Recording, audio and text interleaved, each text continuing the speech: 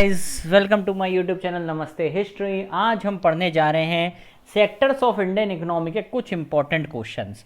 Basically इन questions में हम देखना चाह रहे हैं कि कौन कौन से क्वेश्चन बोर्ड के हिसाब से किस तरह से क्वेश्चंस आ सकते हैं हमारे बोर्ड एग्जाम में। तो चलिए वीडियो को स्टार्ट करते हैं और देखते हैं sectors of the Indian economy के कुछ इंपॉर्टेंट क्वेश्चंस।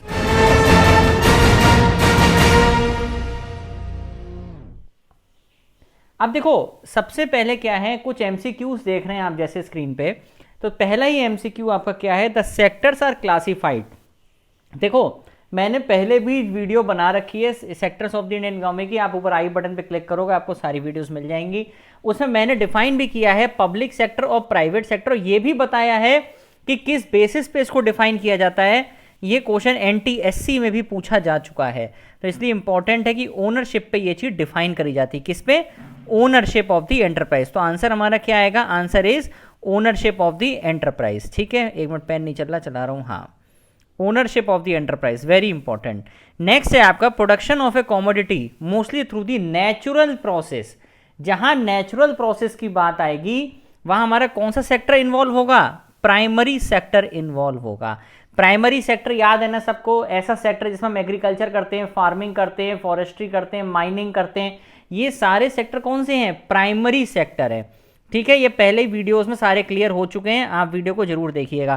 तो इसमें आंसर देख रहे हो, तो आंसर क्या है? आंसर नंबर क्या है? First, that is primary sector है हमारा। ठीक, अब उसके बाद देखो, GDP is the total value of. देखो, मैं पहले भी बता चुका हूं कि जब तक आप फाइनल नहीं लिखोगे तब तक आंसर सही नहीं होगा। तो फाइनल जरूर लिखना है। क्या लिखना है? फाइनल। तो जीडीपी क्या है? Is the total value of all final goods and services. क्या है? All final goods and services. तो जितने भी फाइनल गुड्स होते हैं उसको कैलकुलेट करने के बाद क्या निकलती है हमारी? जीडीपी निकलती है। जीडीपी की फुल फॉर्म भी आ सकती है, that is gross domestic product. Next important question क्या है? In terms of GDP the share of the tertiary sector in 2013 and 14।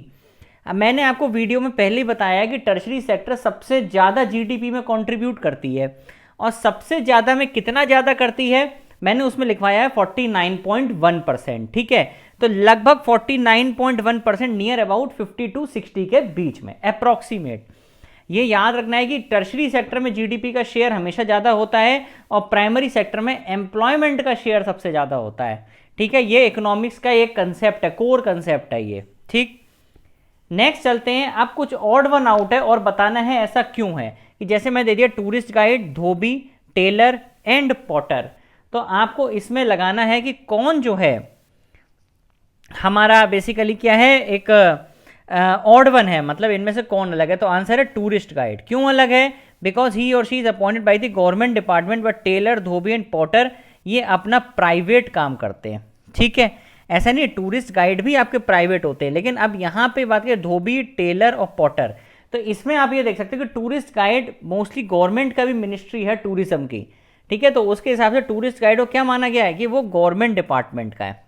ठीक, जैसे टीचर, डॉक्टर, वेजिटेबल वेंडर और लॉयर। तो अब आप ये देखो, इसमें ऑड वन आउट क्या है? तो इसमें ऑड वन आउट है आपका vegetable vendor. Teacher service sector, doctor service sector, lawyer service sector, but vegetable vendor जो है ये हमेशा प्राइमरी सेक्टर में काम करता है। ठीक है, क्योंकि वेजिटेबल क्या है आपके? Natural resources. तो वेजिटेबल वेंडर क्या हो गया आपका? प्राइमरी सेक्टर में आ गया। ठीक, समझ में आया? Postman, cobbler, soldier, police and constable. अब देखो, इसमें आप देखो तो हमारा कौन आउट वन आउट है? कॉबलर। क्यों? क्योंकि बिकॉज ये प्राइवेट सेक्टर में काम कर रहा है। बाकी पोस्टमैन हो गए, आर्मी हो गई, पुलिस हो गई, ये किसमें? पब्लिक सेक्टर में। और किसमें काम कर रहे हैं? ऑर्गेनाइज सेक्टर में काम कर रहे हैं।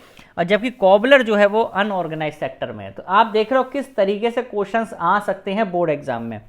MTNL, Indian railway, air India, jet Airways, all India radio. तो इसमें ऑड वन आउट कौन सा है? Jet Airways is the odd one out, क्योंकि ये क्या है? प्राइवेट कंपनी है। बाकी BSNL, MTNL, railway, air India, all India radio, ये सब क्या है? गवर्नमेंट के। ये जो दो है ना आपके थर्ड एंड फोर्थ, ये किसके बेस पे डिफरेंशिएटेड हैं? ये आपके पब्लिक और प्राइवेट सेक्टर के बेसिस पे डिफरेंशिएटेड है। ठीक, अब देखो पहला क्वेश्चन आ रहा है हमारे सामने कि for each of the sector that we came across in this chapter why should one focus on employment and GDP. Could there be other issues which should be examined, क्या कुछ अदर इश्यूज हैं?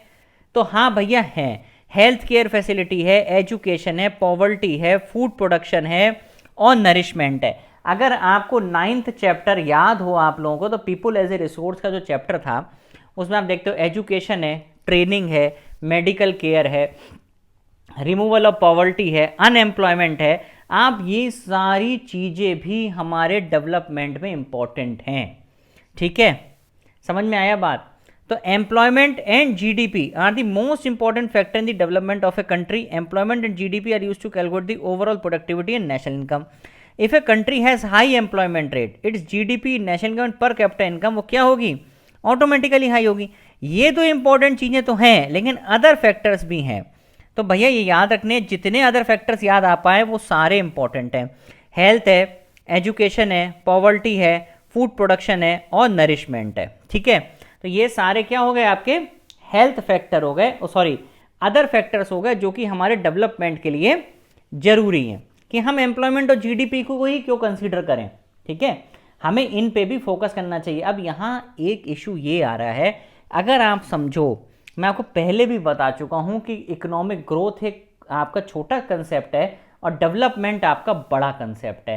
तो जब development की बात आएगी तो उसमें सारे फैक्टर आ जाते हैं, education, training, medical care, poverty, unemployment, सारी चीज़ें आ जाएंगी। लेकिन एम्प्लॉयमेंट और जीडीपी अगर आप देखोगे ना, तो ये क्वांटिटेटिव कंसेप्ट है, क्वांटिटी बढ़ रही है आपकी, ठीक है, क्वालिटी कुछ नहीं है।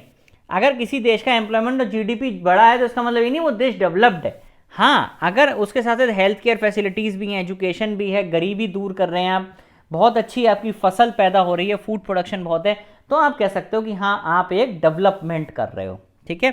तो अदर फैक्टर्स भी इश्यूज डिस्कस हो सकते हैं, मोस्ट इंपॉर्टेंट अगेन, ठीक है। फिर नेक्स्ट क्वेश्चन आता है, distinguish between open unemployment and disguised unemployment.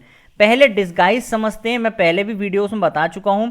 Disguise का मतलब होता है हिडन अनएम्प्लॉयमेंट। इसमें क्या है, जैसे कि एक खेत है, खेत पे आपके मान लो 5 लोग काम करते हैं, 1 2 3 4 5, और ये पैदा करते हैं 1 किलो 10 100 किलो, मान लो 100 किलो आलू पैदा करते हैं, आलू, ठीक है, पोटैटो बोलते हैं, मैंने लिख दिया, 100 किलो आलू पैदा करते हैं। अब मान लो इसमें से हमने ये 2 लोगों को निकाल दिया, ठीक है, अब कितने लोग बच गए? 3 लोग बच गए। अब हमने देखा कि हमारी प्रोडक्टिविटी कितनी हो रही है, तो भाई साहब प्रोडक्टिविटी अभी भी कितनी थी? 100 किलो आलू की ही प्रोडक्टिविटी थी। तो हमने ये देखा, ये जो 2 लोग थे ना फालतू, इनके होने ना होने से आउटपुट पे कोई असर नहीं पड़ा। इसी को बोलते हैं आपका क्या? Disguised unemployment. तो ये लोग क्या थे? एम्प्लॉयड तो थे पर उससे कोई फायदा नहीं था, ठीक है, दिख तो रहे थे एम्प्लॉयड पर थे नहीं। लेकिन ओपन अनएम्प्लॉयमेंट क्या होता है? इसमें दिखते भी हैं और होते भी हैं। लेकिन डिस्गाइज क्या होता है? इसमें दिखते नहीं है पर होते हैं, ठीक है। जैसे ओपन अनएम्प्लॉयमेंट क्या है? एक ऐसी सिचुएशन जिसमें आपको काम करना है, आप एजुकेटेड हो, आपको जॉब नहीं मिल रही है, ये दिख रहा है। लेकिन अगर डिस्गाइज की बात करोगे तो आपको लग तो रहा है कि वो खेत में काम कर रहे हैं, लेकिन उससे कोई आउटपुट पर फर्क नहीं पड़ा, उनके होने ना होने से कोई फर्क नहीं पड़ता, ठीक है। और ये आपको गांव में सबसे ज्यादा देखने को मिलेगा, दैट इज डिस्गाइज्ड अनएम्प्लॉयमेंट। समझ में आया? मोस्ट इंपॉर्टेंट क्वेश्चन है भैया बोर्ड का, open unemployment and disguised unemployment. Workers are exploited in the unorganised sector, do you agree with this view? Give reason in support of your answer. भैया unorganised का नाम से ही क्लियर है, कोई भी चीज जब अनऑर्गेनाइज होगी तो वो बेकार ही होगी, ठीक है। तो unorganised sector is the characterised by the small and scattered units which are largely outside the control of the government. तो ये तो गवर्नमेंट के कंट्रोल में आती नहीं है, ना ही ये कोई एक्ट फॉलो करती है, ना ये factory act, wage act, gratuity act, PF act, कोई से एक्ट फॉलो नहीं करती, ठीक है। रूल्स एंड रेगुलेशंस है पर ये फॉलो नहीं करती, और यहाँ पे कोई भी जॉब की सिक्योरिटी नहीं होती। Hence it is correct to say that workers are exploited in the unorganised sector, क्योंकि यहाँ काम भी बहुत होता है और सैलरी भी कुछ नहीं होती, और मेडिकल बेनिफिट्स भी बहुत ना के बराबर होते हैं, होते ही नहीं हैं, ठीक है। और बिगेस्ट प्रॉब्लम इस सेक्टर की क्या है कि सबसे बड़ा पॉइंट और सबसे लास्ट में लिखा हुआ है कि there is no job security. Job security बिल्कुल जीरो है, ठीक है। आपका आज आपकी जॉब लगी, आप गए, 3 दिन बाद आपसे कह दिया भाई साहब घर जाओ, अब नहीं आना। तो ये एक जॉब सिक्योरिटी का बहुत ही बड़ा इशू है अनऑर्गेनाइज सेक्टर्स के अंदर, ठीक है। क्लियर हुआ ये? अब देखो अगला क्वेश्चन आ रहा है, tertiary sector is not playing significant role in the development of Indian economy, do you agree? भैया ये तो बहुत ही गलत बात है। टर्शरी सेक्टर का तो कंट्रीब्यूशन जीडीपी में सबसे ही ज़्यादा है, तो ये तो बहुत ही बड़ा रोल प्ले करती हैं। Tertiary sector is playing a significant role in the development of the Indian economy. और 2003 में ही टर्शरी सेक्टर ने प्राइमरी सेक्टर को रिप्लेस कर दिया था। क्यों? अगर प्राइमरी सेक्टर और सेकेंडरी सेक्टर ही टर्शरी सेक्टर को बढ़ावा देते हैं, सपोज दैट आपने गेहूं की पैदावार करी, तो आपकी फसल को जो भी यहाँ से वहाँ ले जाना है तो ट्रांसपोर्ट की ज़रूरत पड़ेगी, इंश्योरेंस की ज़रूरत पड़ेगी, तो आपको सर्विसेज कहाँ से मिलेंगी? टर्शरी सेक्टर से तो मिलेंगी। तो ये बहुत इंपॉर्टेंट है।